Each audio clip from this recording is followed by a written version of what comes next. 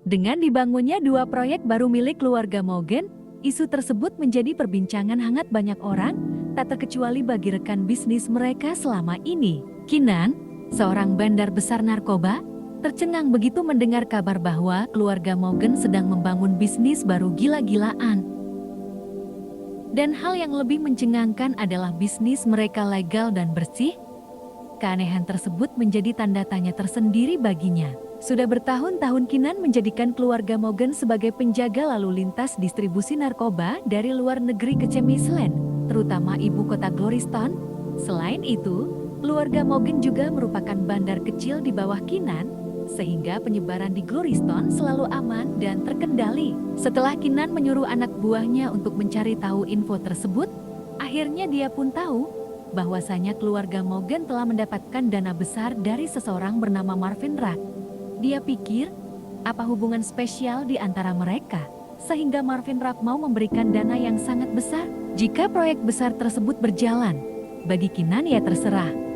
Namun, hari ini keluarga Morgan menyampaikan padanya untuk mengakhiri kerjasama.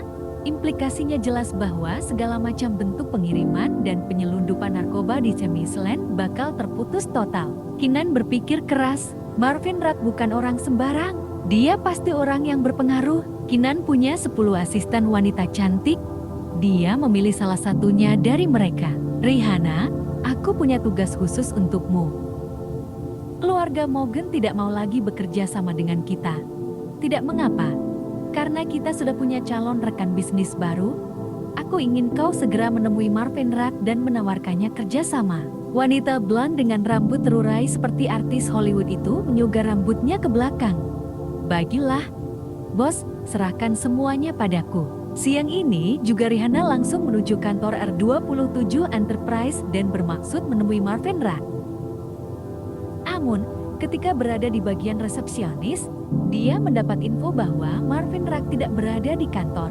Rihanna pun berkata kepada wanita itu, ada urusan yang sangat penting terkait bisnis besar. Saya hanya ingin bertemu dengan Tuan Marvin Rack secara langsung. Karena terus didesak, akhirnya petugas resepsionis itu pun menemui atasannya, kemudian atasannya tersebut baru menyampaikan kepada Marvin Rack. Saat ini, Marvin Rack sedang sibuk mempersiapkan pendirian Darak Holding Company, perusahaan induk yang akan mempayungi banyak perusahaan di bawahnya, termasuk R27 Enterprise, perusahaan investasi nomor 1 di Glorystone. Ketika mendengar kabar bahwa ada seseorang yang mau bertemu dengannya membahas perkara investasi, Marvin Rack sangat terkejut, sebab dia masih merahasiakan identitasnya hingga saat ini, kecuali kepada beberapa orang saja, termasuk kepada keluarga Morgan. Setelah melewati perenungan yang cukup kritis, akhirnya dia mau bertemu dengan orang yang dimaksud. Dia mengajak Rihanna bertemu di salah satu tempat ngopi yang ada di Glorystone, berdua saja. Begitu berjumpa dengan Rihanna, Marvin Rack cukup kaget. Dia sama sekali tidak mengenal wanita ini. Dari mana kau tahu info tentangku? Tanya Marvin sambil membenarkan posisi duduknya. Apakah dari keluarga Morgan? Rihanna membaca buku menu. Dia tersenyum manis dan menjawab, tidak perlu Tuan tahu. Nama besar Tuan Rack terlalu besar. Jelas kami bisa tahu. Lalu, Rihanna pun menyampaikan maksud pertemuan ini. Kami yakin Tuan akan tergiur dengan bisnis ini. Saat ini, Marvin memang sedang gencar melebarkan sayap bisnisnya dalam banyak sektor. Jika baik dan menguntungkan, tentu aku mau. Sebelum Rihanna berbicara panjang dan gamblang, ada hal yang mesti dia kupas hari ini, sesuai dengan perintah dari bosnya, bahwa dia harus menceritakan bobroknya keluarga Morgan. Kecuali Aldous, mereka semua sampah yang tidak berguna. Beber Rihanna tanpa ragu, kemudian dia mencebik malas sambil menaikkan salah satu alisnya. Tatapannya berubah sinis, tidak ingin salah kaprah dan salah pula persepsi. Marvin Rack ingin mendengar detail dari wanita ini. Kenapa dia mengumpat keluarga Morgan? Ada masalah apa? Mereka tidak bisa mengatur uang, terutama bab Morgan. Ditipu, dicuri, habis foya-foya, semua tidak keruan.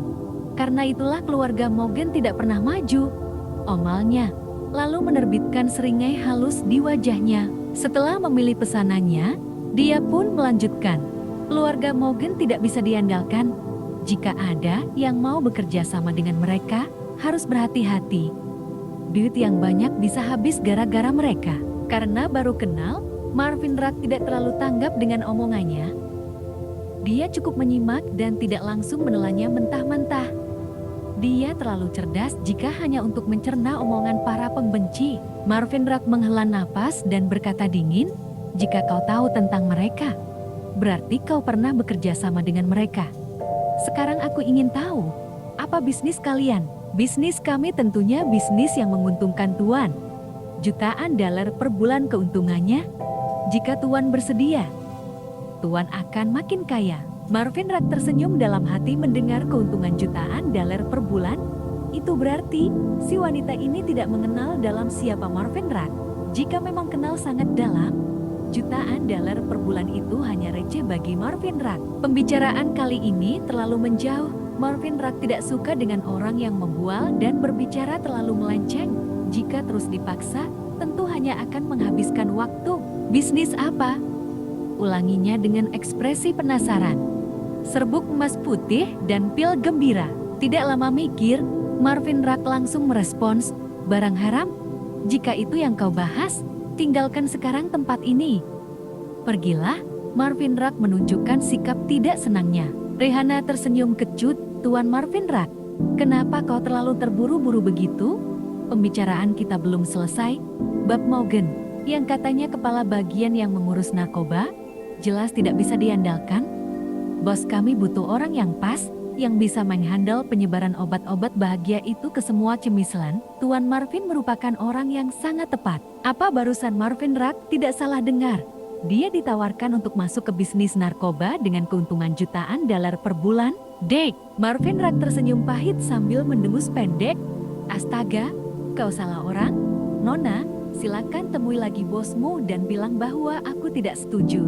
Rihanna memicingkan matanya dan menatap genit, lalu berkata lembut, "Aku yang akan menjadi asisten rahasiamu, Tuan Rack. Kami sudah bertahun-tahun menjalani bisnis ini dan selalu aman. Lagi pula, kami punya jaringan rahasia dengan pihak kepolisian. Kami selalu menyetor tiap bulan, dan Tuan Rack tidak perlu khawatir memikirkannya." Lisiknya, Rihanna menawarkan tubuhnya dan Marvin Rack bebas kapan saja mau menggaulinya.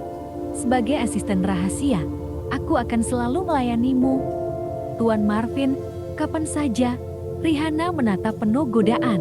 Apapun informasi yang didapatkannya, Marvin Rack hanya bisa mengulas senyum geli. Meskipun Rihanna siap pasang badan, Marvin Rack masih acuh tak acuh. At least, dia mau menguji seberapa loyal dan komit keluarga Morgan terhadapnya.